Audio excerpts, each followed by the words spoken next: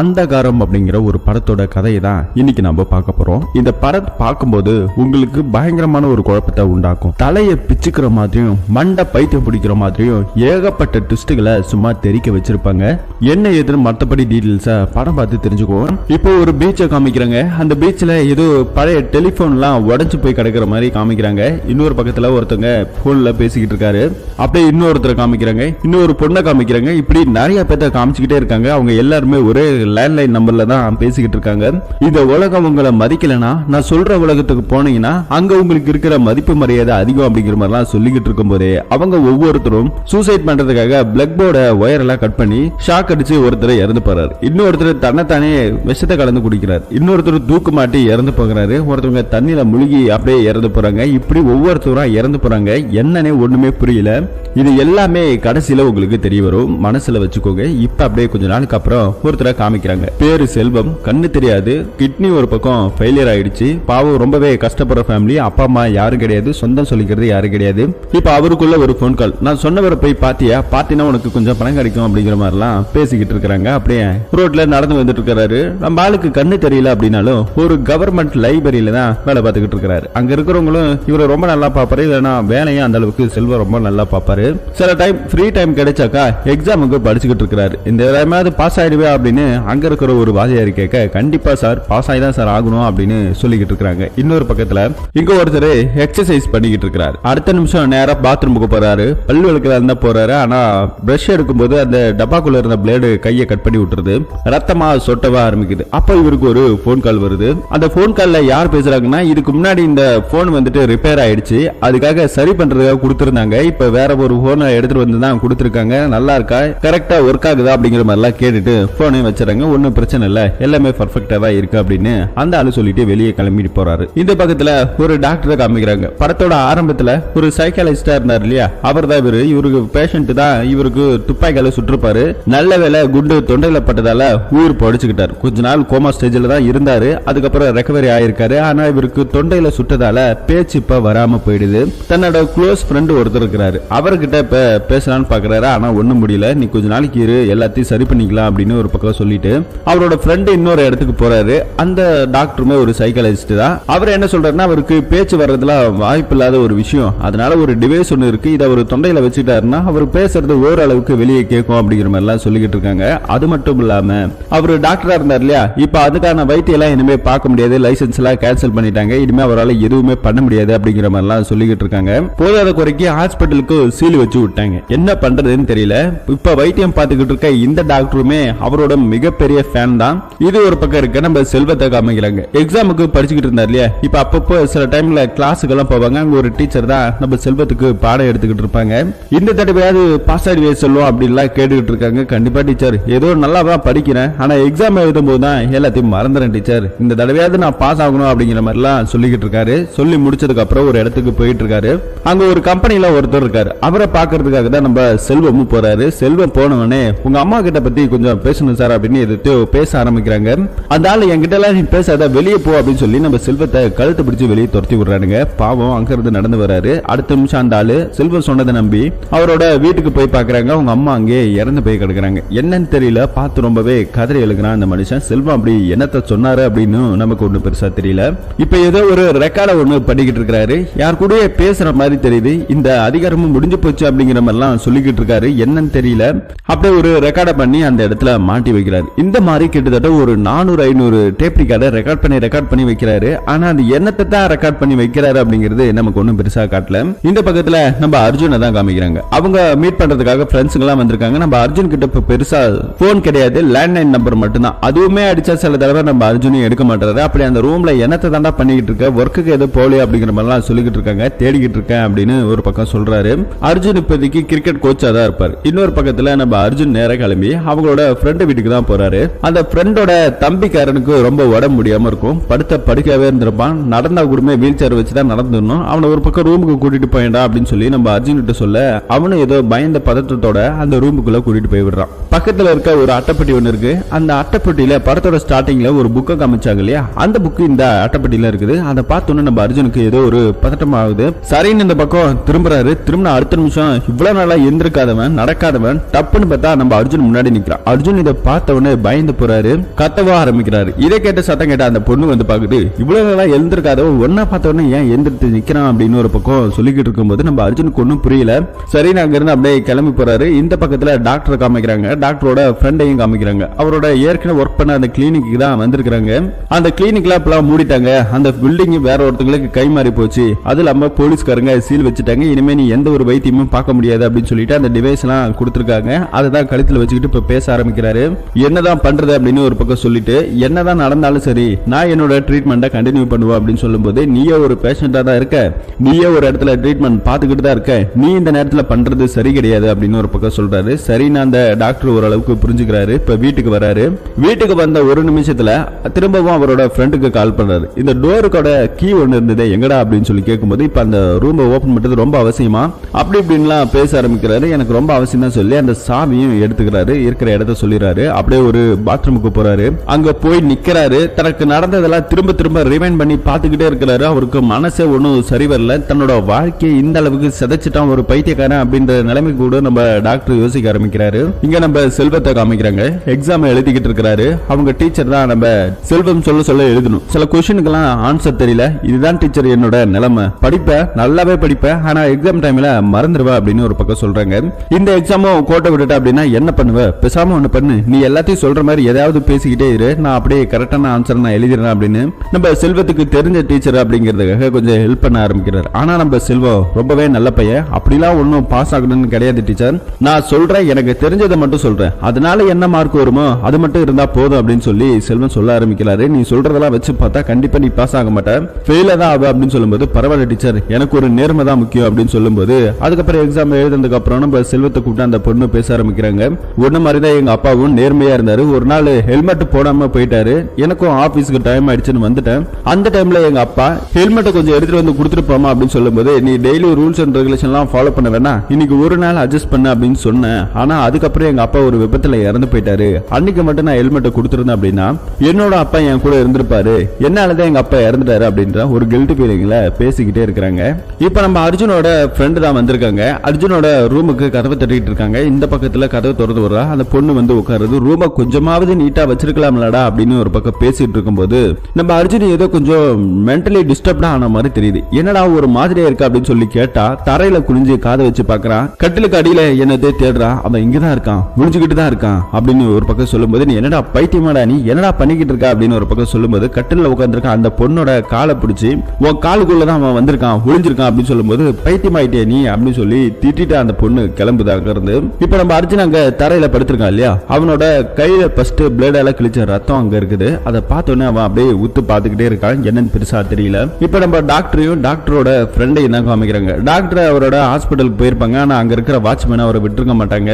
இப்ப மிச்சம் மீதி இருந்த ஒரே ஒரு பெட்டி மட்டும் தான் இருக்கு, இது மட்டும் தான் என்னால இருக்க முடிஞ்சது அப்படின்னு சொல்லி ஃப்ரெண்டுக்கார நம்ம டாக்டரோட ஹாஸ்பிட்டல்ல இருந்த எல்லா மெட்டீரியல் எடுத்துட்டு வந்து கொடுக்குறாங்க. சரின்னு அதை எடுத்துக்கிட்டு போறா. இங்க நம்ம செல்வத்தை காமிக்கிறாங்க. செல்வ ஒரு ஹாஸ்பிட்டலுக்கு வந்திருக்காங்க. அங்க இருக்கிற வேலை பார்க்குற ஒருத்தவர் நம்ம செல்வத்துக்கிட்ட, நீ ரொம்ப நாளா கேட்டுக்கிட்டு இருந்தல, இப்போ ஒரு கிட்னி ஒண்ணு இருக்கு, வேணா எடுத்துக்கோ, ஒரு 80,000 ரூபாய் செலவாகும், பணத்தை கட்டிட்டு அப்படின்னா உனக்கு வச்சிருவாங்க, பாவம் உனக்கு கண்ணு தான் தெரியல, உடம்பாக நல்லா இருக்கும்ல அப்படின்னு ஒரு எண்ணத்துல தான் சொல்றேன் அப்படின்னு ஒரு பக்கம் சொல்லும்போது, அவ்வளவு பணம் என்கிட்ட எப்படின்னா இருக்கும் அப்படின்னு சொன்னா, ஏதாவது ரெடி பண்ண இல்லைன்னா வேற யாருக்காவது எடுத்துக்கோங்க அப்படின்னு சொன்னோடனே இவருக்கு கொஞ்சம் ஒரு 100-200 பணத்தை பாக்கெட்ல வச்சுட்டு, பணத்தை நான் ரெடி பண்ணிட்டு வரேன் அப்படின்னு சொல்லிட்டு கிளம்ப ஆரம்பிக்கிறாரு. அங்க இருந்து வர செல்வம் டேப்லெட் எல்லாம் வாங்கணும் இல்லையா, அதுக்கான டேப்லெட் எல்லாம் மெடிக்கல்ல வாங்குறாங்க.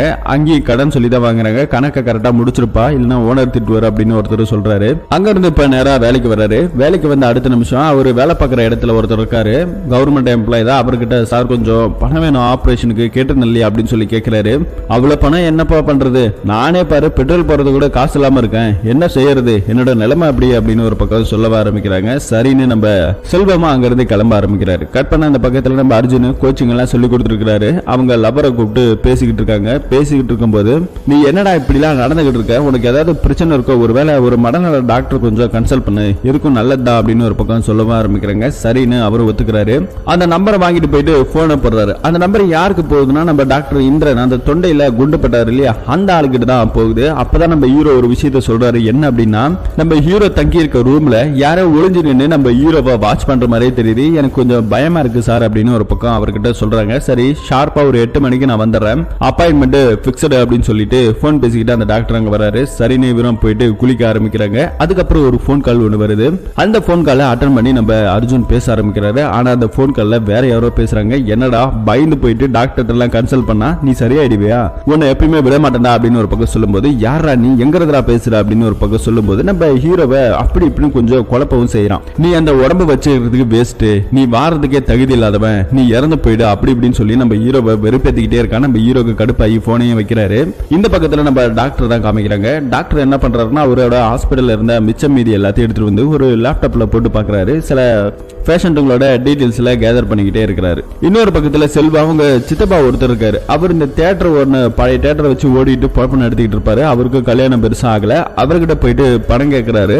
அவ்வளவு பணத்துக்கு என்ன பண்றது, வேணா நான் சமைச்சிருக்கிறத வேணா சாப்பிட சொல்லுவோம், அதை தவிர்த்த என்கிட்ட ஒன்றும் கிடையாது, நானே இந்த ஓட்ட தியேட்டர் வச்சு குப்பை கொட்டிக்கிட்டு இருக்கேன் அப்படின்னு ஒரு பக்கம் சொல்லிட்டு ரெண்டு பேரும் சாப்பிட ஆரம்பிக்கிறாங்க. அப்ப செல்வத்துக்கிட்ட ஒரு விஷயம் சொல்றாரு. உங்க அப்பா ஒரு புக் வச்சிருந்தா அதை பிரிண்ட் போட்டா நல்லா பணம் கிடைக்கும்னு சொன்னாங்க. ஆனா அதையுமே கொண்டு போய் நான் ஒரு குப்பையில போட்டேன், அது இப்ப எங்க இருக்கு அப்படின்னு ஒண்ணு பெருசா தெரியல அப்படின்னு ஒரு பக்கம் இவர் சொல்றாரு. அந்த புக்ல அப்படி என்ன இருக்கு அப்படின்னு சொன்னா அது ஏதோ ஒரு மாயஜால புக்கா, சோ அதை பத்தி எல்லாம் நமக்கு தேவை கிடையாது, அதனாலதான் உங்க அப்பன்னு செத்தான், நான் அதெல்லாம் விட்டுட்டோம், இந்த நிலைமையில இருக்கிறதுக்கு காரணமே அந்த புக்கு தான் அப்படின்னு ஒரு பக்கம் சொல்லிடுறாங்க. சரின்னு நம்ம ஹீரோ என்ன பண்றாரு அப்படின்னா சித்தப்பா சொன்ன மாதிரி அந்த புக்கெல்லாம் தூக்கி எங்க குப்பையில போடல, ஆல்ரெடி நம்ம ஹீரோ எடுத்துட்டு போயிட்டு அவரோட வேலை பார்க்குற லைப்ரரியில ஒரு இடத்துல ஒளிச்சு வச்சிருப்பாரு. அந்த இடத்துக்கு போயிட்டு ஒளிச்சு வச்ச இடத்துல இருக்க புக்கெல்லாம் எடுத்துக்கிட்டு நேரா அந்த பக்கம் எடுத்துக்கிட்டு கிளம்புறாரு. இன்னொரு பக்கத்துல நம்ம அர்ஜுனை தான் காமிக்கிறாங்க. திரும்ப வீட்டுல இருக்காரு. திரும்பவும் அதே போன் கால் தான். யாரோ நம்ம அர்ஜுனை பாக்குற மாதிரியே தெரியுது. அப்ப திடீர்னு ஒரு போன் கால் வருது. அந்த போன் கால் அட்டன் பண்றாரு. உன் உடம்புக்குள்ள இருக்கிற ஆத்மா எடுக்காம நான் விட மாட்டேன், உன்னை சாகடிக்காம விட மாட்டேன் அப்படி இப்படின்னு பயன்படுத்திக்கிட்டே இருக்கு. நம்ம ஹீரோக்கு வெறுப்பாகுது. யாரா நீ என்ன ஏன்டா போன் பண்ணி தொல்லை பண்ணிக்கிட்டு இருக்க அப்படின்னு சொல்லும்போது,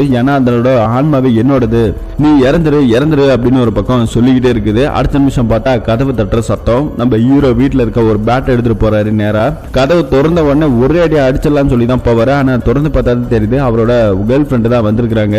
என்னடா இது, என்ன கோலத்துல நிக்கிறேன், என்னதாண்டா உனக்கு பிரச்சனை அப்படின்னு சொல்லும்போது நடந்த கதை எல்லாத்தையும் சொல்றாரு. என்னடா இப்படி எல்லாம் சொல்லிக்கிட்டு இருக்க, பேசாம அந்த வீட்டை மாத்திரு அப்படின்னு ஒரு பக்கம் சொல்றாங்க. இல்ல இல்ல அதெல்லாம் ஒண்ணும் இல்ல பாத்துக்கிறேனா அப்படின்னு ஒரு பக்கம் சொல்லிட்டு போறாங்க. அப்படியே கட் பண்ண இந்த பக்கத்துல அந்த டாக்டரை காமிக்கிறாங்க. ஒரு கிளைண்ட் ஒன்னு அட்டன் பண்றாரு. அவரு ரொம்ப நாளா எந்த ஒரு மாற்றமும் இல்லாம இருந்தாங்க. ஆனா இப்பெல்லாம் கொஞ்சம் நல்ல முன்னேற்றமா தெரியுதுன்னு சொல்லி அவங்க கூட இருக்கவங்களே பேரண்ட்ஸே சொல்லிடுறாங்க. நம்ம டாக்டருக்கு கொஞ்சம் சந்தோஷம். அடுத்த நிமிஷம் பார்த்தா இங்க நம்ம செல்வத்தை காமிக்கிறாங்க.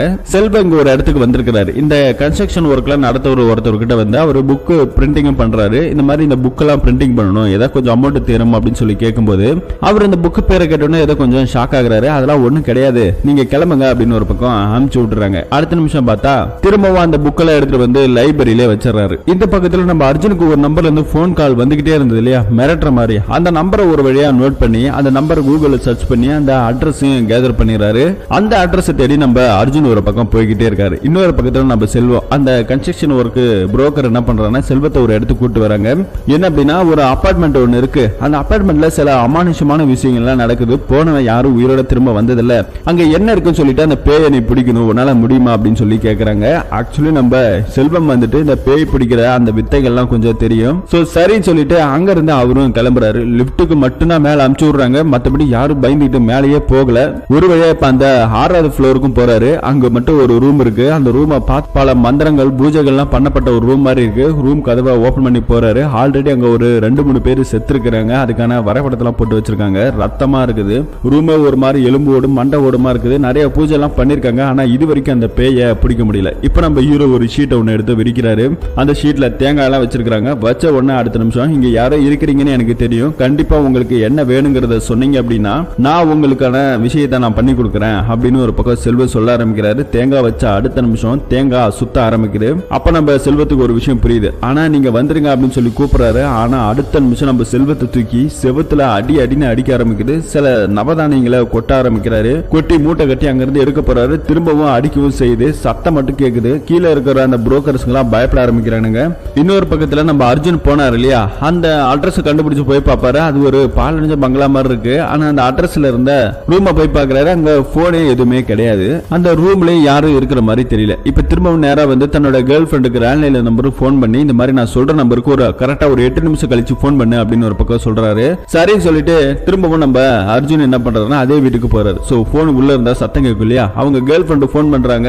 ஆனா இப்ப போன் ரீச் ஆகல. திரும்ப வந்து போன் பண்ணி திட்டுறாரு. ஏன்டி ஒன்னு 8 நிமிஷத்துக்கு அப்புறம் போன் பண்ணதான்னு சொன்ன அப்படின்னு சொல்லி கேட்டா, நான் போன் பண்ணேன் அந்த நம்பருக்கு லைனே கிடைக்கல அப்படின்னு ஒரு பக்கம் சொல்றாங்க. கட் பண்ண இந்த பக்கத்துல நம்ம செல்வம் வேற மேல போனவர் வரவே இல்லையா, கீழே இருக்கிறவங்களாம் பீதியில இருக்கிறானுங்க. கீழே கார்ல ஒருத்தர் இருக்கான், அவன் தான் ஓனர். அவன் நம்ம கன்ஸ்ட்ரக்ஷன் புரோக்கர் கிட்ட நான் அப்பவே சொன்னேன் இல்லையா, அவனெல்லாம் பார்த்தா பேய் ஓட்டுற மாதிரியா தெரியுது, அவனுக்கே கண்ணு தெரியல, அவனை போய் விட்டுருக்க, நல்லா இருக்கிறவனாலே அதை பிடிக்க முடியல அப்படின்னு ஒரு பக்கம் திட்டிட்டு இருக்கும்போது அப்ப அந்த லிப்ட் ஒண்ணு வருது. சோ அதுல நம்ம செல்வம் வராரு. நீங்க ஒன்னும் பயப்படாதீங்க, நெக்ஸ்ட் டைம் நான் பிடிச்சிடறேன் அப்படின்னு சொல்லிட்டு போறாரு. இப்ப நம்ம புரோக்கர் திரும்பவும் சார் கொஞ்சம் வெயிட் பண்ணி தான் பார்ப்போம், இது வரைக்கும் மேல போனவன் எவனுமே கீழே வந்தது கிடையாது, இவன் வந்திருக்கான்னா கண்டிப்பா அதை பிடிப்பான், நம்புவோம் அப்படின்னு ஒரு பக்கம் சொல்றாரு. சரின்னு ஒத்துக்கிறாரு. அடுத்த நிமிஷம் நம்ம செல்வம் ஏதோ ஒரு மரத்துல போயிட்டு அதெல்லாம் கட்டிட்டு வீட்டுக்கு வராரு. செல்வம் இந்த பக்கம் நடந்து வந்துகிட்டே இருக்கும்போது ஒரு இடத்துல சரக்கு அடிக்கிறாரு. சரக்கு அடிச்சுட்டு நேரா வரும்போது ஒரு பாட்டில் ஒண்ணு நம்ம செல்வத்துக்கு பின்னாடி உருண்டு வந்துகிட்டு இருக்கு. செல்வம் அதை பார்த்து பயந்து நேரா வீட்டுக்கு வந்துடுறாரு.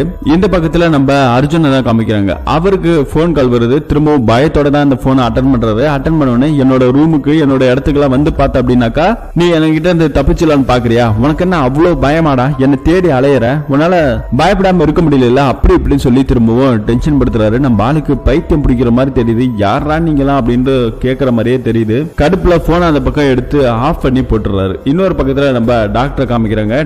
டாக்டர் ஒருத்தரோட ட்ரீட்மெண்ட் போயிட்டு இருந்தாரு கொஞ்ச நாளைக்கு முன்னாடி. அந்த டாக்டர் கிட்ட திரும்பவும் நம்ம இந்திரன் தொண்டையில் அடிபட்டார்ல, அவர் போயிட்டு பேச ஆரம்பிக்கிறாங்க. பேசும்போது நான் திரும்ப கிளைண்ட் எல்லாம் மீட் பண்ணணும், நான் பழைய மாதிரி ஹாஸ்பிட்டல் வைக்கணும், அதனால என் மேல இருக்க அந்த ரீமார்க் எல்லாம் எதுவுமே இல்ல, இவர் மென்டலி ரொம்ப கரெக்டா தான் இருக்காரு, பிசிக்கலாவும் கரெக்டா தான் இருக்காரு, இவர் ட்ரீட்மெண்ட் பண்றதுக்கு எல்லா விதத்திலும் எலிஜிபிள் ஒரு சர்டிபிகேட் கொடுக்க சொல்லி கேட்கிறாரு. ஆனா இங்க இருக்கிற டாக்டரோ கொடுக்க மாட்டேன்னு சொல்றாரு. இன்னும் கொஞ்ச நாள் ஆகட்டும் அப்படின்னு சொல்ல ஆரம்பிக்கிறாரு. ஆனா அடுத்த நிமிஷம் நம்ம டாக்டர் என்ன பண்றாரு, டப்புன்னு ஒரு கையை தான் சுடக்க போறாரு. அடுத்த நிமிஷம் அந்த டாக்டர் டப்புன்னு கீழே டேபிள்ல படுத்துட்டா. என்னன்னே தெரியல, ஒரே மாயமா இருக்குது. இந்த பக்கத்துல செல்வம் போயிட்டு அவங்க சித்தப்பா கிட்ட பேச ஆரம்பிக்கிறாங்க. இந்த மாதிரி அதை பிடிக்கணும்னாக்கா, இந்த பேயை பிடிக்கணும் என்ன பண்றது அப்படின்ற மாதிரி டீட்டெயிலாம் கேட்கும்போது அதெல்லாம் பிடிக்க போவாத, செத்துருபடா நீ அப்படின்னு சொல்லி திட்டியும் அனுப்புறாரு. சரி போறதா போற, சாகணும் முடிவு பண்ற, உனக்குன்னு யாரும் கிடையாது அப்படின்னு சொல்லி திரும்பவும் சொல்ல ஆரம்பிக்கிறாங்க. சில விஷயங்களை அப்படியே ரெண்டு பேரும் பேச ஆரம்பிக்கிறாங்க. கட் பண்ண இந்த பக்கத்துல அர்ஜுனை தான் காமிக்கிறாங்க. அர்ஜுன் கையில வந்துட்டு ஒரு சீட்டு கட்டு இருக்கு. அந்த சீட்டு கட்ட பாத்துக்கிட்டே இருக்காரு. அதுல பூவெல்லாம் போட்டு டிசைனா தான் இருக்கு. திரும்ப அவருக்கு ஒரு போன் கால் வருது. அந்த போன் கால்ல என்ன அப்படின்னாக்கா, யாரோ ஒருத்தர் திரும்ப அதே மாதிரி போன் பண்ணி இருக்காங்க. என்னடா பயமா இருக்கா அப்படின்னு சொல்லிட்டு, நான் ஒன்னும் பயப்படல, நான் தைரியமா தான் இருக்கா அப்படின்னு சொல்லும்போது, டேய் நீ என்ன பொறுத்த வரைக்கும் என்ன தெரியுமா, அந்த நீ கையில வச்சிருக்க சீட்டு கட்டு அதை திருப்பி பாரு அப்படின்னு ஒரு பக்கம் சொல்ல ஆரம்பிக்கிறாரு. நம்ம அர்ஜுன் திரும்பி பார்த்தா அதுல வந்துட்டு ஜோக்கர் இருக்குது. இதான் நீ ஒரு ஜோக்கர்டா அப்படின்னு சொல்லி நம்ம ஹீரோவை கொஞ்சம் கொஞ்சமா மைண்ட் பிரஷர் பண்ணிக்கிட்டே இருக்கு. சரி சொல்லிட்டு அந்த சீட்டு கட்டை எடுத்துட்டு நேரம் ஒரு போட்டோ எடுக்கலாம் சொல்லி ஒரு ஸ்டுடியோக்கு போறாரு. போட்டோ எடுக்கிறாரு. போட்டோ எடுத்து பாக்குறதுல அதுல வந்துட்டு என்ன தெரியுது அப்படின்னாக்கா, ஜோக்கர்ல எதுவுமே தெரியல, பூ தான் தெரியுது. போட்டோலாம் கழுவி வீட்டுக்கு எடுத்துட்டு வந்து பார்த்தா திரும்பவும் ஜோக்கர் தெரியுது. நம்ம பால அந்த போட்டோவை அப்படியே எரிச்சு போட்டு கடுப்புல உட்கார்ந்து இருக்கிறாரு. நம்ம செல்வம் அந்த அபார்ட்மெண்ட்ல இருக்க பேய பிடிக்கிறதுக்காக நிறைய பொருட்கள்லாம் கலெக்ட் பண்ணிட்டு இருக்காரு. இன்னொரு பக்கத்துல நம்ம செல்வத்தோட டீச்சர் இருக்காங்க இல்லையா, அவங்களுக்கு ஒரு தம்பி இருக்கான். அவனும் வந்துட்டு மனநலம் பாதிக்கப்பட்டவன் தான். அவன் ஒரு இடத்துல படுத்த படுக்கையாவே இருந்துகிட்டு இருக்கான். இப்ப இதெல்லாம் முடிஞ்சதுக்கு அப்புறம் நம்ம செல்வம் திரும்ப அதே அபார்ட்மெண்ட்டுக்கு போறாரு. திரும்பவும் அந்த பேய பிடிக்கிறது ஒரு பாட்டில் ஒன்று உருண்டு வந்துச்சு இல்லையா, அந்த பாட்டில் நம்ம செல்வம் எடுத்து வச்சிருக்காரு. சோ பூஜை எல்லாம் பண்றாரு. பூஜை பண்ண அடுத்த நிமிஷம் ஏதோ ஒரு உருவம் சும்மா பயங்கரமா மிரட்டிக்கிட்டே வருது. காத்தெல்லாம் அடிக்குது. ஆனா நம்ம செல்வத்தோட கிட்ட கூட அதெல்லாம் நெருங்க முடியல. திடீர்னு பார்த்தா அந்த பாட்டிலுக்குள்ள அந்த உருவம் வந்து புகுந்த ஆரம்பிக்குது. புகுந்த அடுத்த நிமிஷம் நம்ம செல்வம் அந்த பாட்டிலை அடிச்சு இங்க கீழே எடுத்துட்டு வந்துடுறாரு. கீழே எடுத்துக்கிட்டு நேரம் அதை பிடிச்சிட்டேன் அப்படின்னு சொல்லிட்டு அந்த பாட்டிலை எடுத்துட்டு வர்றாரு. திரும்ப போன் போட்டு அந்த புரோக்கர் இருந்தார் இல்லையா, அதை நான் பிடிச்சிட்டேன் அப்படின்னு ஒரு பக்கம் சொல்லிடுறாரு. சரி ஒன்னும் பிரச்சனை இல்லை, நான் போயிட்டு ஆளை விட்டு செக் பண்ண சொல்லிடுறேன், உனக்கு பேமெண்ட் வந்துரும் அப்படின்னு சொல்லிட்டு அவரு சொல்ல ஆரம்பிக்கிறாரு. அவங்களோட ஆளுங்களா கூட்டு போய் சொல்றாங்க. அந்த ரூமுக்கு கூட்டு போய் நாயை விட ஏதாவது கொலைக்குதா இல்லையா அப்படின்னு ஒரு பக்கம் கேட்க ஆரம்பிக்கிறாங்க. சரின்னு போயிட்டு அவங்களும் செக் பண்றாங்க. எதுவுமே இல்ல, பிடிச்சிட்டான் போல இருக்கு அப்படின்னு அவனுங்க ஆளுங்களும் சொல்லிடுறாங்க. கட் பண்ண இந்த பக்கம் நம்ம செல்வா அந்த பாட்டிலை எடுத்துக்கிட்டு நேரா சித்தப்பாவை பார்க்கலாம்னு சொல்லி வர்றாரு. சித்தப்பா அங்க தியேட்டர்ல இல்ல. திரும்ப போன் பண்ணி பாக்குற, சித்தப்பா எங்க இருக்கீங்க அப்படின்னு சொல்லி கேட்டா என்னடா விஷயம் சொல்லி கேட்கும்போது இந்த மாதிரி நான் அந்த பேயை பிடிச்சிட்டேன் அப்படின்னு ஒரு பக்கம் சொல்ல ஆரம்பிக்கிறாங்க. பேயை பிடிச்சி எவ்வளவு நேரம் தான் ஆகுது அப்படின்னு சொல்லி கேட்டா இப்பதான் ஒரு 5 நிமிஷம் 10 நிமிஷத்துக்குள்ளதான் ஆகும் அப்படின்னு சொல்லும்போது, ஏண்டா மடையா நீ எதுவுமே உருப்படியா செய்ய மாட்டியா, அதை பிடிச்சா அப்படின்னாக்கா 15 நிமிஷத்துக்குள்ள ஒரு இடத்துல புதைச்சிடணும், இல்ல அப்படின்னா அது வெளியே வந்துடும்டா, வெளியே வந்ததுன்னா நீ உயிரோட இருக்க மாட்டே அப்படின்னு சொல்லி பயம் படுத்துறாரு. நம்ம செல்வத்துக்கும் பயங்கரமான பயமாகுது. இருச்சித்தப்பா இன்னும் டைம் ஆகல, அதுக்குள்ள நான் புதைச்சிடறேன் அப்படின்னு சொல்லிட்டு அர்ஜென்டா அதை எடுத்துட்டு போலான்னு பார்த்தா அடுத்த நிமிஷம் அந்த கன்ஸ்ட்ரக்ஷன் ஒர்க்குக்காரனுங்க என்ன பண்றானுங்கன்னா, நம்ம செல்வத்துக்கு பணம் கொடுக்கணும் அப்படிங்கிற ஒரு காரணத்துக்காக அவனை பேசாம அடிச்சு முடிச்சிருங்கடா கதை அப்படின்னு சொல்லி அனுப்பிச்சு விடுறாங்க. சோ ரவுடிங்கெல்லாம் இவங்க வந்து மிரட்ட ஆரம்பிக்கிறாங்க. செல்வம் அந்த பாட்டில் பேக்ல இருக்கிறதால ஒரு 10 நிமிஷம் இருங்கடா, எதுவா இருந்தாலும் பேசிக்கலாம்னு சொன்னா அதுக்குள்ள அவனுங்க அடிச்சிடறானுங்க. அடிச்சவனுங்க அதுல ஒரு ரவுடிக்காரன் கையெழுத்துலாம் வாங்கணும், ஒழுங்கா கையெழுத்து போடும் சொல்லிட்டு இருக்கும் போது இன்னொருத்தவன் அந்த பாட்டில உடைச்சு செல்வத்தோட வயிற்றுல குத்திடுறான். அந்த இடத்துல செல்வம் உயிருக்கு போராடிட்டு இருக்கான். அந்த பேயுமே வெளியே கிளம்பிடுது. பத்திரத்தெல்லாம் கையெழுத்துலாம் இறந்து போனதுக்கு அப்புறம் கை நட்டை வச்சு எடுத்துட்டு போயிடறானுங்க. செல்வத்தை அங்கே ஒரு இடத்துல தியேட்டர்ல உட்கார வச்சு படம் பாடுறா அப்படின்னு சொல்லி கண்ணாடி எல்லாம் போட்டு விட்டு அவனுக்கு கிளம்புறானுங்க. போகும்போது கார் போகுது. நம்ம சித்தப்பாக்காரர் அந்த காரை பாக்குறாரு. ஆனா பெருசா எதுவும் சந்தேகப்படல. தியேட்டருக்கு ஓபன் பண்ணிட்டாரு, டிக்கெட் எல்லாம் கொடுக்குறாங்க. படம் எல்லாம் முடிஞ்சதுக்கு அப்புறம் கிளீன் பண்றதுக்காக உள்ள சித்தப்பாக்காரர் வராரு. தியேட்டர்ல யாரோ உட்காந்துருக்காங்கன்னு சொல்லி பார்த்தா, டேய் செல்வம் இங்க என்னடா உட்காந்துருக்க ஏன்றா அப்படின்னு சொல்லி கேட்டாதான் தெரியுது செல்வம் இறந்து போன விஷயம். போலீஸ்காரங்களா வராங்க. யாருப்பா அவருன்னு செல்வம் சித்தப்பா கிட்ட கேட்டா, இவன் யாருன்னு எனக்கு தெரியாது அப்படிங்கிற மாதிரி சொல்லிடுறாரு. ஏன்னா கொலை பண்ணி போட்டிருக்காங்க இல்லையா, அதனாலே பயந்து போறாரு. எனக்கு எதோ தெரியாது சார் அப்படின்னு சொல்லிடுறாரு. போலீஸ்காரங்க விசாரிச்சல அடிக்கடி இந்த பையன் இந்த பக்கம் வருவானாமே அப்படின்னு சொல்லி கேட்டா, சார் தியேட்டர் வச்சிருக்க படம் பார்க்க அப்பப்போ வருவான் சார், ஆனா இவன் என்ன ஏரியா யாருன்னு எனக்கு தெரியாது அப்படின்னு சொல்லி இவனும் நாசுக்கா கண்டுறான். இந்த பக்கத்துல டீச்சரும் நம்ம செல்வத்துக்கு ஒரு ஃப்ரெண்ட் இருக்கான். அவனும் 2 பேர் வந்து ஒரு போலீஸ்ல கம்ப்ளைண்ட் கொடுக்குறாங்க. என்ன அப்படின்னா, செல்வங்கிற ஒருத்தரை ரொம்ப நாளா காணா அப்படின்னு சொல்லி ஒரு 8 நாள் ஆயிடுச்சு அப்படின்னு சொல்லி போலீஸ்ல கம்ப்ளைண்ட் கொடுக்குறாங்க. போலீஸ்காரங்க விசாரிச்ச இன்னொரு ஸ்டேஷன்ல ஒரு மிஸ்ஸிங் கேஸ் இருக்கு, ஒரு டெட் பாடி இருக்கு, அவர் யாருன்னு தெரியல, அனாதை போனன்னு சொல்றாங்க. அந்த போட்டோவை பாருங்கன்னு சொல்லி போட்டோ காமிக்கும் போது தான் தெரியுது டீச்சருக்கும் நம்ம செல்வத்தோட ஃப்ரெண்டுக்கும் இறந்து போனது செல்வம் தான் அப்படிங்கிற மாதிரி. யார் சார் பண்ணது அப்படின்னு சொல்லி கேட்கும்போது, யாருன்னு தெரியலமா, என்ன பகன்னு தெரியலமா, தியேட்டரை வச்சு குத்தி போட்டிருக்கானுங்க அப்படின்னு ஒரு பக்கம் சொல்லிடுறாரு. பாவம் நம்ம செல்வத்தோட டீச்சர் ரொம்பவே கண் கலங்கி நிக்கிறாங்க. அர்ஜுனுக்கு வந்துட்டு திரும்ப ஒரு போன் கால் வந்திருக்கும். அந்த போன் கால் ஆட்டோமேட்டிக்கா தான் போயிருக்கும். அதுல பேசும்போது கூட என் பேரு செல்வம் அப்படிங்கிற மாதிரிலாம் சொல்லி போன் நம்பர்லாம் கொடுத்துறாங்க, அட்ரஸும் கொடுக்குறாரு. இந்த மாதிரி இடத்துல வேலை பார்க்கறேன்னு சொல்லியிருக்காரு. சோ அந்த இடத்துக்கு வந்து பார்த்தா செல்வம் இறந்து போயிட்டதா அப்படிங்கிற மாதிரி சொல்லிடுறாங்க. இது கேட்டோன்னே நம்ம அர்ஜுனுக்கு பயங்கர ஷாக் ஆகுது. அந்த இடத்துல அர்ஜுனோட ஃப்ரெண்ட் ஒருத்தர் இருப்பான். எதர்ச்சியா அவங்ககிட்ட வந்துட்டு, சார் உங்க போனை கொடுங்க, ஒரு நம்பருக்கு போன் பண்ணிட்டு தரேன்னு சொல்லி நம்ம அர்ஜுன் வாங்கி அந்த செல்வ நம்பருக்கு தான் போன் பண்றாங்க. அதுல செல்வன் பேர் சேவ் பண்ணிருக்கு. இதை பார்த்தோன்னே அர்ஜுனுக்கு பயங்கர ஷாக் ஆகுது. கண்ணு தெரியாத அவனோட ஃப்ரெண்டுமே, நீங்க செல்வ நம்பருக்கு தானே போன் பண்ணீங்க, செல்வத்தை உனக்கு தெரியுமா, நீங்க 2 பேரும் ஒன்னா படிச்சீங்களா அப்படிங்கிற மாதிரி கேட்கும்போது, இல்ல எனக்கு தெரியாது, ஒரு தடவை பேசிருக்கோம் அவ்வளவுதான் அப்படிங்கிற மாதிரி நம்ம அர்ஜுன் சொல்றாரு. அவன் இறந்து போயிட்டான் சார் அப்படின்னு சொன்ன உடனே தான் நம்ம அர்ஜுனுக்கு ஒரு விஷயம் புரிய வருது. அப்ப பேசுனது யாரா இருக்கும் அப்படின்னு ஒரு பக்கம் பயந்துகிட்டு இறந்து போன நம்ம செல்வத்தோட டீடைல் எல்லாம் கேதர் பண்ணிக்கிட்டே இருக்கிறாரு. இன்னொரு பக்கத்துல நம்ம டாக்டர் ஒருத்தர் இருந்தார் இல்லையா, அவருக்கு ட்ரீட்மெண்ட் கொடுத்த ஒரு டாக்டர், அவரு வந்து நம்ம டாக்டரோட ஃப்ரெண்டு கிட்ட பேசிக்கிட்டு இருக்கிறாரு. பேசிக்கிட்டு இருக்கும் போது அவனோட கதையை முடிச்சிடும் அப்படிங்கிற மாதிரி போன்ல ஏதோ இன்ஃபர்மேஷன் வருது. அடுத்த நிமிஷம் அவரோட கழுத்தையும் அறுத்து போட்டுலாம் இங்க இருக்கிறோம். இப்ப நம்ம அர்ஜுன் அவரோட கேர்ள் ஃப்ரெண்டு கிட்ட போயிட்டு, இந்த மாதிரி எனக்கு ஒரு போன் கால் வந்தது, அது ஆட்டோமேட்டிக்கா தான் போச்சு, ஆட்டோமேட்டிக்கா போனவன் பேரு செல்வம், அவனோட நம்பர்லாம் கொடுத்தான், ஆனா அந்த இடத்துக்கு போனா அவன் இறந்துட்டதா அப்படிங்கிற மாதிரி சொல்றாங்க. எனக்கு ஒண்ணுமே புரியல அப்படின்னு ஒரு பக்கம் சொல்லிட்டு கேமராலாம் வாங்கிட்டு வந்து ரூம்ல செட் பண்றாரு. இன்னொரு பக்கத்துல செல்வத்தோட டீச்சர் செல்வ ரூமுக்கு போறாங்க. போய் பார்க்கும்போது அங்க செல்வத்தோட நினைவுகளை எடுக்கலாம்னு சொல்லிட்டு அங்க இருக்க டெலிபோன் அதெல்லாம் எடுக்கலாம்னு போறாங்க. அங்க கேசட் வந்துட்டு நிறைய இருக்கு. அதுல ஒரு கேசட்டை மட்டும் ஆன் பண்ணி விடுறாங்க. ஆன் பண்ண உடனே தான் தெரியுது செல்வம் வந்துட்டு இந்த இறந்து போனாங்க இல்லையா நம்ம டீச்சரோட அவங்க அப்பா, அவங்க கிட்ட பேசிருக்காரு நம்ம செல்வம். நம்ம செல்வம் பேய் ஓட்டுற அந்த மாதிரியான ஆள் தானே. அப்போ இறந்து போனவங்கள்ட்ட பேசக்கூடிய ஒரு சக்தி நம்ம செல்வத்துக்கிட்ட இருந்திருக்கு. அதுவும் இந்த போன் மூலியமா தான் பேச முடியும். அப்படி பேசும்போது அவர்கிட்ட செல்வம் என்ன சொல்லியிருக்காருன்னா, உங்க பொண்ணு உங்களுக்கு ஹெல்மெட் கொடுக்காம தான் நீங்க இறந்து போயிடும் சொல்லி அதை நினைச்சு ரொம்ப வருத்தப்பட்டு இருக்கா அப்படின்னு ஒரு பக்கம் பேசியிருக்காரு. அப்ப அந்த டீச்சரோட அவங்க அப்பா, அப்படிலாம் இல்லப்பா, என்னோட கேர்லெஸ் தந்தால தான் நான் இறந்து போனேன், நீ அவகிட்ட சொல்லிடு, அதை நினைச்செல்லாம் வருத்தப்படாத, அப்பா என்னைக்குமே உன்னை பார்த்துக்கிட்டு தான் இருப்பேன் அப்படிங்கிற மாதிரி சொல்லியிருப்பாங்க. சோ அது சொல்றதுக்குள்ள நம்ம செல்வமும் இறந்து போயிட்டாரு. இப்பதான் தெரியுது இது எந்த அளவுக்கு ஒரு மர்மம் அப்படிங்கிறது நம்ம செல்வத்தோட டீச்சருக்கும் புரிய வருது. அடுத்த நிமிஷம் அந்த போன் எல்லாம் எடுத்துட்டு கிளம்பலான்னு பாக்குறாங்க. திரும்ப அந்த போன்ல வந்துட்டு ஒரு போன் கால் வருது. நம்ம ஒயர் கனெக்ஷன் எதுவுமே கிடையாது, ஆனா எப்படி போன் வருதுன்னு சொல்லி நம்ம டீச்சர் பயந்துகிட்டு அந்த போனை அட்டன் பண்றாங்க. அட்டன் பண்ண உடனே அதுல பேசுறது யாருன்னு பார்த்தா நம்ம செல்வம். அர்ஜுனுங்கிற ஒருத்தனுக்கு பயங்கரமான பிரச்சனை இருக்கான், அவன் பெரிய ஆபத்துல இருக்கான், அவனை போய் காப்பாத்து அப்படிங்கிற மாதிரிலாம் ஒரு இன்ஃபர்மேஷன் வருது. சோ அங்கிருந்து கிளம்பும்போது வீட்டுக்கு வெளியில ஒரு போர்டு இருக்கு. அந்த போர்டை எடுத்துட்டு போயிட்டு அந்த அட்ரஸ் நேரா போய் பார்த்தா அந்த கன்ஸ்ட்ரக்ஷன் ஒர்க்காரங்க இருக்கானுங்க. நீங்க எப்படி செல்வத்தோட வீட்டை எடுக்கலாம் அப்படின்னு சொல்லி கேட்டா, அவன் என்கிட்ட கடன் வாங்கியிருக்கான், நீ எதுக்கு அதெல்லாம் கேட்கற, நீ ஃபர்ஸ்ட் கிளம்பு, அவனே ஒரு அனாதை பையன், என்கிட்ட நிறைய பணத்தை வாங்கிட்டு ஏமாத்தினா அப்படின்னு ஒரு பக்கம் அவங்களும் மிரட்ட ஆரம்பிக்கிறாங்க. இன்னொரு பக்கத்துல நம்ம அர்ஜுனா காமிக்கிறாங்க. அர்ஜுன் வீட்டுல தூங்கிட்டு இருக்கும்போது அங்க இருக்கிற நிறைய பேப்பர்ஸ் எல்லாம் கிழிஞ்சு பறக்க ஆரம்பிக்குது, அந்த இடத்துல தொங்க ஆரம்பிக்குது. இது எல்லாத்தையும் வீடியோ ஒரு பக்கம் ஷூட் பண்ணி தான் வச்சுக்கிட்டு இருக்காரு. இருந்தாலும் நம்ம ஆளுக்கு பயம். திரும்பவும் போன் வருது, போன் காலை எடுக்கிறாரு. எடுத்த உடனே திரும்ப அதே மாதிரி தான், நீ எதுக்குடா உயிரோட இருக்க, உன்னை நான் சாகடிக்காம விட மாட்டேன், நீ செத்துரு அப்படி இப்படின்னு சொல்லும் போது நம்ம ஆளு ஒன்னும் பயப்படுற மாதிரி தெரியல, கொஞ்சம் தைரியத்தை வர வைக்கிறாரு. இருந்தாலும் பயப்படுத்திக்கிட்டே இருக்குது. நான் இருந்து தப்பிச்சு போவேன், இனிமே இந்த வீட்டுல நான் இருக்க மாட்டேன் அப்படி இப்படிலாம் சொல்ல ஆரம்பிக்கிறாரு. இருந்தாலும் அந்த வீடியோ எல்லாம் எடுத்தாரு இல்லையா, அதெல்லாம் ஒரு கட்டத்துல உடைக்கலாம் சொல்லி போறாரு. அடுத்த நிமிஷம் நம்ம அர்ஜுனோட கேர்ள் ஃப்ரெண்டு வீட்டுக்கு வந்துறாங்க. வீடு ஃபுல்லா அந்த பேப்பரை ஒட்டிக்கிட்டு இருக்காரு. என்னடா உனக்கு நான் பைத்தியம் பிடிச்சிக்கிச்சாடா அப்படின்னு சொல்லி கேட்கும்போது ஆமா அவன் என்ன ரொம்பவே டார்ச்சர் பண்ணிக்கிட்டு இருக்கான் அப்படின்னு ஒரு பக்கம் சொல்லிக்கிட்டு இருக்காங்க. ஃபர்ஸ்ட் நான் போயிட்டு கீழே நிக்கிறேன், இந்த வீட்டை காலி பண்ணிட்டு வந்துடும், முக்கியமா அந்த போனை ஃபர்ஸ்ட் எடுத்துட்டு வராத, தூக்கி போட அந்த போனை அப்படின்னு சொல்லிட்டு கீழே அவ கேர்ள் ஃப்ரெண்டு போயிடுறா. இப்ப நம்ம அர்ஜுன் அங்கதான் இருக்காரு. எல்லாத்தையும் முடிச்சிட்டு கிளம்பலாம் சொல்லி முடிவு பண்ண அந்த நேரத்துல கதவு தானே லாக் ஆகுது. சாவி ஒண்ணு அங்க கிடக்குது. இப்போ ஒரு போன் கால் வருது.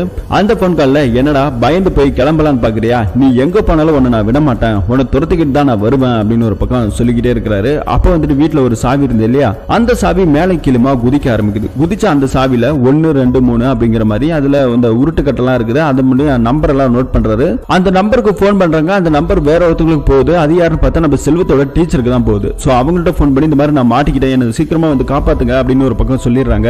சோ செல்வத்தோட டீச்சர் வந்து நம்ம அர்ஜுனை காப்பாத்தணும்னு சொல்லி வராங்க. சாவியை உள்ள இருக்க சாவி தூக்கி அப்படியே வெளியே ஜன்னல் வையா போடுறாங்க, திறந்து விடுறாங்க. இப்போ வந்துட்டு எல்லாம் நார்மலா எடுத்து செல்வம் தப்பிச்சு கீழே போலான்னு சொல்லி அந்த டீச்சர் அம்மாவும் கூட்டிட்டு போறாங்க. போகும்போது திரும்ப அவங்க போனை கொடுங்க அப்படின்னு சொல்லிட்டு வாங்கிட்டு கீழே வந்துகிட்டே இருப்பாரு. அப்ப அந்த போனுக்கு வந்துட்டு ஒரு போன் கால் வரும். யாருன்னு பார்த்தா செல்வம். அதை கேட்டோன்னு நம்ம ஆளுக்கு பயங்கரமான டென்ஷன் ஆகுது. யாரு செல்வம், அப்ப நீ தான் என்ன பிளாக்மெயில் பண்ணி என்ன ஏமாத்துறீங்களா, என்ன டார்ச்சர் பண்றீங்களா அப்படின்னு சொல்லும் போது தான் எல்லா கதைகளும் தெரிய வருது. இப்ப அதே நம்பருக்கு திரும்ப நம்ம அர்ஜுன் போன் பண்ணா அந்த செல்வத்தோட போன் உள்ள நம்ம ஹீரோ ரூம்ல இருந்தார் இல்லையா, அங்க அடிக்குது. அதை பார்த்தோன்னா நம்ம ஆளுக்கு ஒண்ணுமே புரியல. இந்த நம்பர்னாக்கா அப்ப உள்ள இருக்கிற போன் ஏன் அடிக்குது அப்படின்னு சொல்லிட்டு இதை ஒரு நிமிஷம் புடிங்க அப்படின்னு சொல்லிட்டு கொடுத்துட்டு நம்ம அர்ஜுன் வந்து பக்கம் உள்ள போறாரு. அந்த நேரம் பார்த்து திரும்ப போன் கால் வருது. அட்டன் பண்றாங்க நம்ம டீச்சர். சொல்லு செல்வம் அப்படின்னு சொல்லி கேட்டா அர்ஜுனை சீக்கிரமா காப்பாத்தி கூட்டு போ, அவன் பெரிய ஆபத்துல இருக்கான் அப்படின்னு ஒரு பக்கம் சொல்லிக்கிட்டே இருக்காங்க.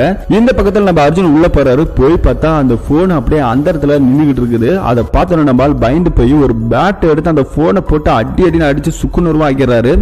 இப்ப வாடா என்ன பயந்தா ஓடுன்னு சொன்னல, நான் எவ்வளவு தைரியமான ஆளு பாத்தியா, இப்ப வாடான்னு சொல்லி கத்திக்கிட்டே இருக்கிறாரு. இன்னொரு பக்கத்துல நம்ம செல்வத்தோட டீச்சர் செல்வத்துக்கிட்ட பேசிக்கிட்டு இருந்தாரு இல்லையா, இப்ப டப்புன்னு போனு கட் ஆகுது. என்னன்னு தெரியல. சரி அர்ஜுனையாவது கூட்டு போலான்னு சொல்லிட்டு இந்த பக்கம் வந்து பாக்குறாரு. அர்ஜுன் அந்த போன் எல்லாம் உடைச்சு போட்டு வச்சிருக்காரு.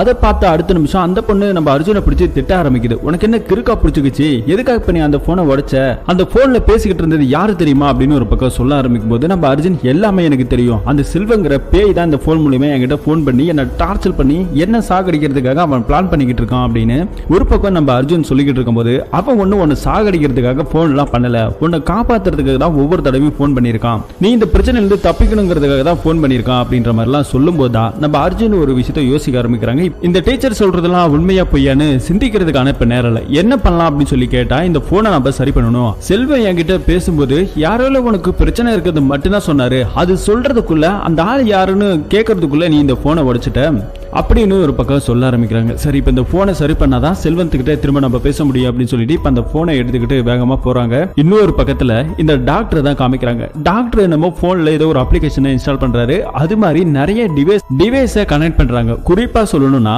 இப்ப ஒரு போன் காலை வச்சுக்கிட்டு இதுல இருந்து ஒரு 10 பேருக்கு ஒரே தடவை கால் போடுற மாதிரியான டிவைஸை செட் பண்ணி வச்சிருக்காரு. அந்த மாதிரியான ஒரு லேண்ட்லைன் நம்பர் மூலமா கனெக்ட் பண்றாரு. இப்ப எல்லார்கிட்டயும் பேச ஆரம்பிக்கிறாங்க.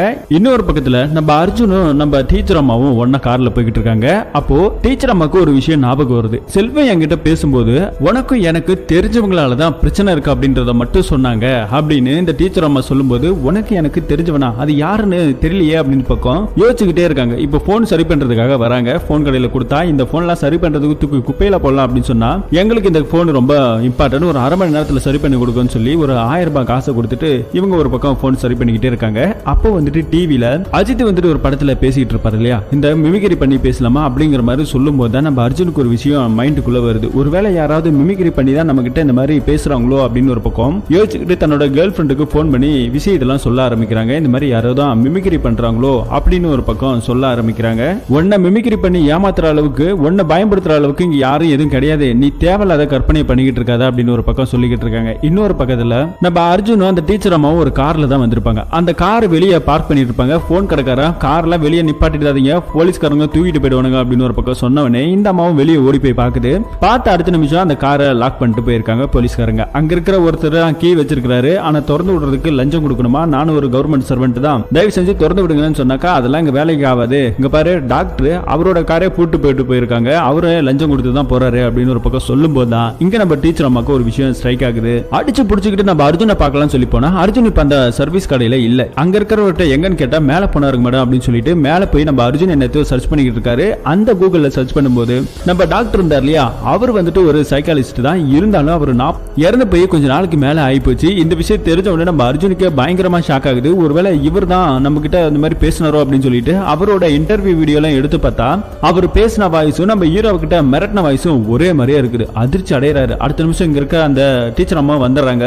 அர்ஜுன், உனக்கு எனக்கு ஒன்னா இருக்கிறவங்க தெரிஞ்சவங்க வேற யாரும் கிடையாது, அந்த டாக்டர் தான் அப்படின்னு ஒரு பக்கம் சொல்லும் போது தான் நம்ம அர்ஜுனுக்கு ஒரு விஷயம் புரிய வருது. அப்பாயின்மெண்ட் வாங்குறதுக்காக அந்த டாக்டருக்கு போன் பண்ணிருப்பாங்க இல்லையா, இப்ப அர்ஜுனுக்கு தெரிஞ்சவர். அதே மாதிரி அந்த டீச்சர் அம்மாவோட தம்பி ஒருத்தன் இருந்தான், அவனுமே இறந்து போயிருப்பான். ஆனா அவனுக்கு ட்ரீட்மெண்ட் கொடுத்தது அதே டாக்டர் தான். சோ இவங்க எல்லாம் எப்படி இறந்து போனாங்க அப்படின்னு சொல்லிட்டு நம்ம ஹீரோ அர்ஜுன் அங்கிருந்து வேகமா ஓட ஆரம்பிக்கிறாரு. என்னன்னு தெரியல, அந்த போனை எடுத்துக்கிட்டே தான் ஓடுறாரு.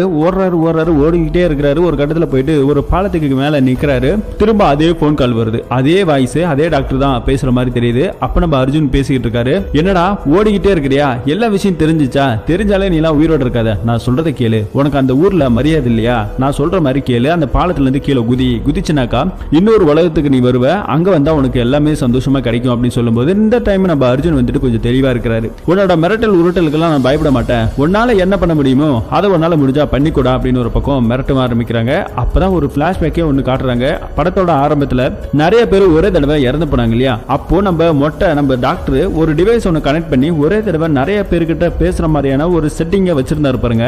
அது எல்லாமே இவர்கிட்ட ட்ரீட்மெண்ட் எடுக்க வந்த பேஷண்ட்டுங்களை தான் இந்த மாதிரி கொலை பண்ணி வச்சிருக்காரு. கிட்டத்தட்ட ஒரு 49 பேர் இவர்கிட்ட அப்பாயின்மெண்ட் வாங்கி ட்ரீட்மெண்ட்டுக்கு வந்திருக்காங்க. ஆனா அப்படிப்பட்டவங்க எல்லாருமே கொலை பண்ணிருக்காங்க. காரணம் என்னடா அப்படின்னு சொல்லி நம்ம அர்ஜுன் அவர்கிட்ட கேட்டாக்கா, எல்லாமே உங்கள மாதிரி பைத்தியக்காரங்களால தான் என்னோட வாழ்க்கையை அப்படி மாறிச்சு அப்படின்னு சொன்னா, ஒருத்தருக்கு ட்ரீட்மெண்ட் பண்ணிட்டு இருக்கும்போது படத்தோட ஆரம்பத்துல ஒரு துப்பாக்கியால தொண்டையில சுட்டார் இல்லையா, அதுக்கப்புறம் இவர் என்ன பண்ணிருக்காரு அப்படின்னா, இந்த மாதிரியான பைத்தியங்களால தான் இன்னைக்கு நம்மளோட வாழ்க்கை இந்த மாதிரி தலையில மாறி போச்சு அப்படிங்கிறதுக்காக இந்த மாதிரியான மனநல பாதிக்கப்பட்டவங்களை தேடி கண்டுபிடிச்சு அவங்களுக்கு ட்ரீட்மெண்ட்ன்ற பேர்ல போனை போட்டு இந்த மாதிரி இந்த உலகத்துல உங்களை யாரும் மதிக்க மாட்டாங்களா, அப்பனாக்கா நான் சொல்ற உலகத்துக்கு வாங்க, இந்த மாதிரி சூசைட் பண்ணீங்க, குதிச்சிருங்க, இதை பண்ணுங்க அதை பண்ணுங்கன்னு சொல்லி டார்ச்சர் பண்ணி எல்லாத்தையுமே சாவடிச்சிருப்பாரு. படத்தோட ஆரம்பத்துல கூட காமிச்சாங்க இல்லையா, அது எல்லாத்தையுமே பண்ணது இந்த டாக்டர் தான். கடைசியா ஒரு கிளைண்ட போய் பார்த்திருப்பாரு. அதுதான் டீச்சரோட தம்பி. சோ அவனையுமே சூசைட் பண்ண வைக்கலாம் சொல்லி பிளான் பண்ணிட்டு வெளியே வந்துகிட்டு இருப்பாரு. அப்பதான் நம்ம அர்ஜுன் வந்துட்டு கரெக்டா அந்த டாக்டருக்கு போன் பண்ணி, இந்த மாதிரி எனக்கு வந்துட்டு கொஞ்சம் மனநலம் பாதிக்கப்பட்டிருக்கு, ரூம்ல யாரோ ஒளிஞ்சு நின்று என்ன பாக்குற மாதிரி தெரியுதுன்னு சொல்லி அப்பாயின்மெண்ட் வாங்கிட்டு இருப்பாரு. அந்த நேரத்துல அந்த மொட்டை டாக்டர் வெளியே நின்று பேசிக்கிட்டே இருப்பாரு. அந்த நேரத்துல ஒரு கிளைண்ட பார்த்துட்டு வந்தார் இல்லையா, அவனை சூசைட் பண்ண சொல்லி மோட்டிவேஷன் பண்ணிட்டு வந்திருப்பாரு. அவன் மாடியில இருந்து கீழே குதிச்சவன் நேரா அந்த மொட்டை டாக்டர் தலை மேல குதிச்சிருப்பான். அப்போ ஸ்பாட்ல இந்த ஆளு டாக்டரும் இறந்து போயிருப்பாரு, அவனும் இறந்து போயிருப்பாங்க. ஆனா அந்த மொட்டை டாக்டரோட ஆவி என்ன பண்ணிருக்கு அப்படின்னா, கடைசியா நம்ம அர்ஜுன் தானே அப்பாயின்மெண்ட் வாங்கினாரு, சோ போன்ல தானே பேசிட்டு இருந்தாரு, அதனால அதே போன் மூலமா ஆவியா போயிட்டு அவனை தினமும் டார்ச்சர் பண்ணி நம்ம அர்ஜுனை இந்த மாதிரி கொலை பண்ணு, இந்த மாதிரி செத்து போ அப்படிங்கிற மாதிரி எல்லாம் பண்ணிட்டே இருந்திருக்கும். சோ அதனால நம்ம அர்ஜுன் இப்ப இந்த எல்லா கதையுமே தெரிஞ்சுக்கிட்டாரு. இருந்தாலும் நீ சொல்றதுல இனிமே எதுவுமே நடக்காதுடா அப்படின்னு ஒரு பக்கம் சொல்லிக்கிட்டே இருக்காரு. இருந்தாலும் ஒரு பக்கத்துல இல்ல, நீ செத்துரு, இந்த உலகமே இன்னும் கொஞ்ச நேரத்துல இருந்து போயிடும், இங்க உன்னால இருக்க முடியாது, நீ தினம் பைத்தியம் முடிச்சுதான் தெரிய போற அப்படின்னு ஒரு பக்கம் சொல்லிக்கிட்டே இருக்கிறாரு. இருந்தாலும் நம்ம ஹீரோ அதெல்லாம் ஒண்ணும் நடக்காது, ஒரு வெங்காயமும் நடக்காது அப்படின்னு ஒரு பக்கம் சொல்லிக்கிட்டு இருக்கும்போது தான் நம்ம செல்வம் வந்துட்டு இதே போன்ல தானே பேசிக்கிட்டு இருக்காரு. அவர் எப்படி வந்திருப்பாருன்னா, நம்ம ஹீரோ வந்துட்டு லைப்ரரிக்கு போயிருப்பாரு. அங்க நம்ம செல்வத்தோட புக்கு வந்துட்டு காணாம போயிருக்கு இல்லையா, அந்த புக்கை எடுத்துட்டு வந்திருப்பாரு. இவர் படிச்சிருப்பாரு. சோ அந்த புக்கை தேடி, அந்த புக்குக்காக தானே எல்லாமே பண்ணாரு, அந்த புக்கை தேடி தான் செல்வமும் வந்திருப்பாரு. சோ இப்படிதான் ரெண்டு பேயுமே அட்டன் ஆயிருக்கும். இருந்தாலும் செல்வம் வந்துட்டு ரொம்ப நல்ல பேய், அதனாலதான் நம்ம ஹீரோவா அப்பப்ப காப்பாத்தணும்னு சொல்லி முடிவு பண்ணிருக்கோம். அந்த தாயக்கட்ட சாவியோட கூட உருட்டி இருக்கும் இல்லையா, அது நம்ம செல்வம் தான். தப்பிச்சு போறதுக்காக தன்னோட டீச்சருக்கு போன் போட்டு வர வச்சதுமே அவர் தான். சோ அந்த தாயத்துல 1 2 சொல்லி அந்த நம்பரை மேட்ச் பண்ணி கால் பண்ணாரு இல்லையா, இது எல்லாத்தையுமே பண்ணது செல்வம். சோ நம்ம ஹீரோவை இப்ப காப்பாத்திருக்கு. இப்ப போன் எல்லாம் பேசி முடிச்சதுக்கு அப்புறம் இந்த போன் இருந்தா தானே நீ வருவ அப்படின்னு சொல்லிட்டு அந்த போன் அங்கேயே அப்படியே தூக்கி அந்த ஆத்தங்கரையில ஏதோ போடுற மாதிரி தெரியுது. படத்தோட ஆரம்பத்துல கூட கடற்கரை ஓரமா நிறைய போன்ல உடஞ்சு போன மாதிரி காமிச்சிருப்பாங்க. அந்த சீன் இதுதான். அதே நேரத்தில் அப்படியே கொஞ்ச நாளுக்கு அப்புறம் செல்வம் வந்துட்டு ஒரு கான்ட்ராக்ட் வேலை எடுத்து செய்யறாரு இல்லையா, அவர் வந்துட்டு ஒரு இடத்துல உட்காந்துருக்காரு. அவருக்கு வந்துட்டு ஒரு கிஃப்ட் ஒன்று வந்திருக்கு. அந்த கிஃப்ட்டை பிரிச்சு பார்த்தா உள்ளுக்குள்ள ஏதோ ஒரு போன் இருக்கு. அந்த போன் பார்த்தா கொஞ்ச நேரத்துல திடீர்னு அடிக்கமா ஆரம்பிக்குது. என்னடா இது ஒயர் கனெக்ஷன் இல்லாம அடிக்குதுன்னு போயிட்டு கிட்ட போய் பாக்குறாரு. அந்த போன் இப்ப நேரா கழுத்தை பிடிச்சி இருக்க ஆரம்பிக்குது. அப்படியே அந்த ஆளு அங்கேயே செத்து போறான். செத்து போனதுக்கு அப்புறம் நம்ம டீச்சர் அம்மாவை காமிக்கிறாங்க. நம்ம டீச்சர் அம்மா தான் போனே பண்ணிருப்பாங்க. சோ செல்வத்தை வர வைக்கணுங்கிற ஒரே காரணத்துக்காக இந்த போனை கிஃப்டா அனுப்புறது நம்ம டீச்சர் தான். இப்ப இவனு தான் ஆள் அனுப்பிச்சு நம்ம செல்வத்தை கொலை பண்ண வச்சார் இல்லையா, அதை பழி வாங்கறதுக்காக தான் இப்ப இவனுமே போட்டு தள்ளி இருக்கிறாங்க. இவரை போட்டு தள்ளது நம்ம செல்வம் தான். அப்படியே இந்த படத்தோட கதையும் முடியுது. இந்த படம் பயங்கர சுத்தல நம்மள விட்டுருக்கோம். என்னடா போகுது கதை அப்படின்னு கூட நமக்குலாம் தோணி இருக்கும். ஆனா ஒரே விஷயம் தான், அந்த டாக்டர் நிறைய பைத்தியங்களுக்கு ட்ரீட்மெண்ட்லாம் கொடுத்துருப்பாங்க. ஆனா கடைசியில ஒரு பைத்தியத்தாலே அவரோட வாழ்க்கை தலைகீழ மாறி இருக்கு. அதனால என்ன பண்றாரு அப்படின்னா, இந்த மாதிரியான பைத்தியங்களால தான் வாழ்க்கை வீணா போச்சுங்கிறதுக்காக அவங்கள டிப்ரெஷன்ல ஆளாக்கி அவங்கள கொலை பண்ற வேலையை பார்த்துருக்காங்க. அப்படி கடைசியா பண்ணிட்டு இருக்கும்போது கூட அதே பைத்தியத்தால இறந்து போயிட்டாரு. கடைசியா அந்த பைத்தியம் தான் அப்பாயின்மெண்ட் வாங்கினாரு அப்படின்னு சொல்லி நம்ம அர்ஜுனை மிரட்டி இருக்குது. சோ இறந்து போன அந்த டாக்டருமே அவர் ஹாஸ்பிட்டல் வச்சு நடத்தின அதே இடத்துல தான் பேயா தெரிஞ்சுக்கிட்டு இருக்கோம். அதை தான் இந்த ரியல் எஸ்டேட் புரோக்கர் என்ன பண்ணிருப்பாருனாக்கா, அந்த இடத்த விலைக்கு வாங்கியிருப்பாரு. அந்த இடத்துல இருக்கிற பேயை ஓட்டணுங்கிறதுக்காக தான் நம்ம செல்வத்தை அமைச்சிருப்பாரு. நம்ம செல்வமும் அந்த மொட்டை டாக்டரை பேயா பிடிச்சி ஒரு பாட்டில் அடைச்சிருப்பாரு. ஆனா கடைசியில அந்த ரியல் எஸ்டேட் காரங்க செல்வத்துக்கு பணம் கொடுக்க முடியாது, அவனை போட்டு தள்ளுற அனாதை பையன் சொல்லி அவனை கொலை பண்ண போய் அந்த பாட்டில உடைச்சு திரும்பவும் அந்த பேய் வெளியே வந்து நம்ம அர்ஜுனை பழி வாங்க ஆரம்பிச்சிருக்கு. ஏன்னா அர்ஜுன் தானே கடைசியா அப்பாயின்மெண்ட் வாங்கினாரு. அதை பழி வாங்கும் போது திரும்பவும் அந்த போன் மூலமாவே நம்ம செல்வமும் வந்திருக்கிறாரு. செல்வம் வந்து தான் அர்ஜுனை காப்பாத்தி இருக்காங்க. அந்த மொட்டை டாக்டர் அந்தனோட ஆத்மாவையும் இனிமே யாருக்கிட்டையும் பழி வாங்க முடியாத அளவுக்கு பண்ணி வச்சிருக்காங்க. சோ அப்படியே இந்த படத்தோட புரிஞ்சுக்க வேண்டியதுதான். இது மாதிரியான கதைகள்லாம் தெரிஞ்சுக்கணும் அப்படின்னா மறக்காம நம்ம சேனலை சப்ஸ்கிரைப் பண்ணுங்க. மீண்டும் ஒரு நல்ல படத்தோட கதையில